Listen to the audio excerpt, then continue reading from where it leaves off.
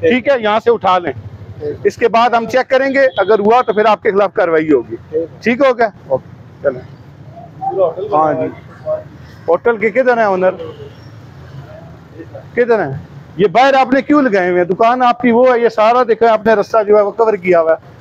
ये हटाएं इसको। आज मैं आपको वार्निंग देके जा रहा हूँ, कल अगर ये हुआ तो फिर आपके खिलाफ FIR होगी। ठीक है ना? ये देखिए दुकान से ज्यादा आपने जगह बाहर घेरी हुई है, बिल्कुल इसमें बिल्कुल भी नरमी नहीं होगी। उठाएं इसको और अभी से पीछे करें, लगाएं बंदे अपनी शाबाश। उठाएं ना, उठाएं बंदे, किधर है स्टाफ आपका? उठाएं, लगाएं, उठाएं, करें, जल्दी करें, जल्दी करें। उठाएं, इनको अंदर लेकर जाएं। जो सेटिंग है ना अपनी दूध के अंदर बनाएं। आप इधर आए, मैं